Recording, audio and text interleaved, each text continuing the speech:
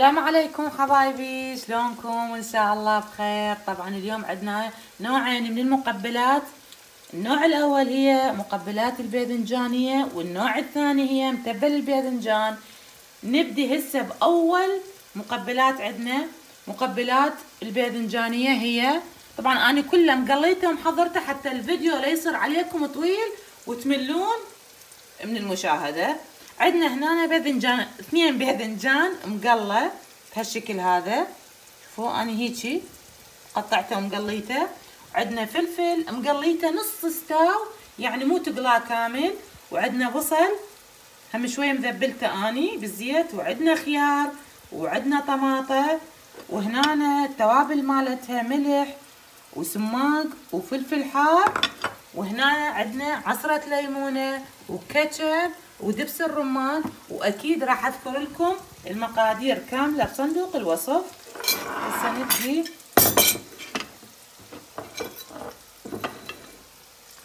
نخلي الخيار والطماطة، وراها فلفل والبصل اللي هم مقلاين،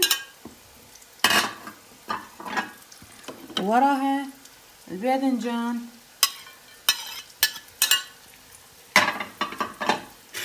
وراها التوابل،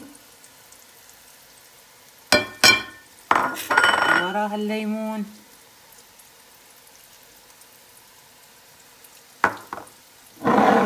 دبس الرمان،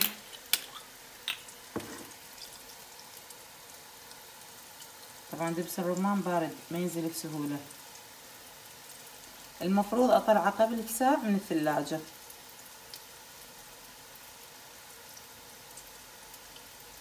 يعطيها طعم دبس الرمان كلش طيب. هذه ملعقة، لان اليوم الملعقة مالتنا كبيرة مو صغيرة.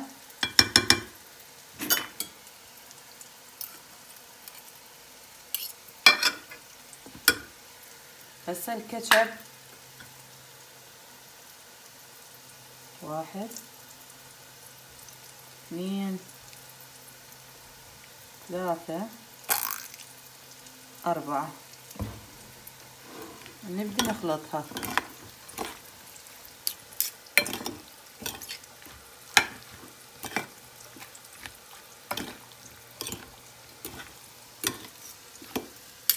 هاي المقبلات انا احبها برمضان، كلش احبها.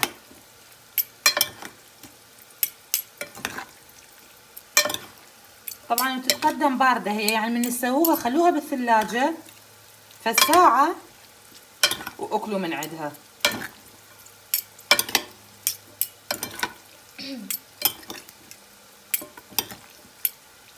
هسه راح اعوفها الى ان اكمل ثاني مقبلات عندنا اليوم، ونرجع نشوفها انا وياكم. حبايبي هسه هذه المقبلات الثانية.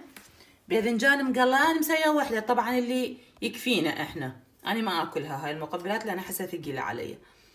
باذنجانه وحده، 3 ملاعق لبن، عصره ليمونه، ملح وفلفل حار، و3 سنون ثوم مهروسات، و2.5 راشي، ملعقتين ونص.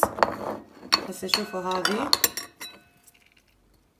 نخلي عليها الثوم، واخلي عليها اللبن،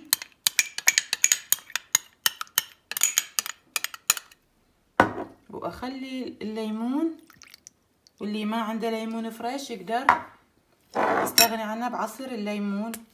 واخلي فلفل حار شويه وملح، لان الباذنجان انا ما ملحته. هسه هيجي اخلطها.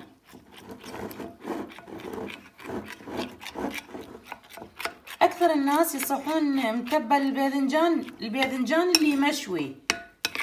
انا اليوم ما شويته، اني اقليه واتبله.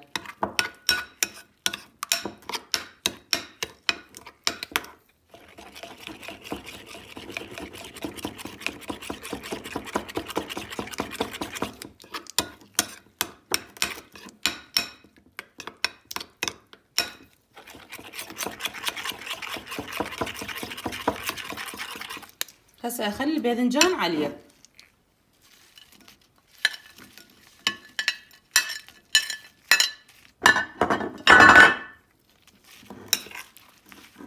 واقلب بيه.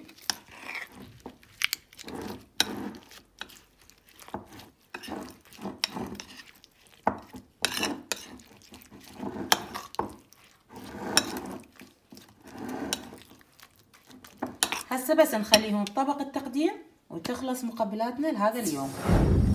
حبايبي هسه خلصناها مقبلات الباذنجانية. هنا الباذنجانية وهنا متبل الباذنجان. هذا صار شكله هيجي. طبعا وشكلها حلو مقبلات وطعمها بعد احلى واطيب. ان شاء الله تجربوها وتعجبكم، ولا تبخلون علينا باللايك والاشتراك بالقناة حتى اظل اتواصل وياكم بدعمكم الي، وممنونة من عندكم هواية، وشكرا لكم، ومع الف سلامة.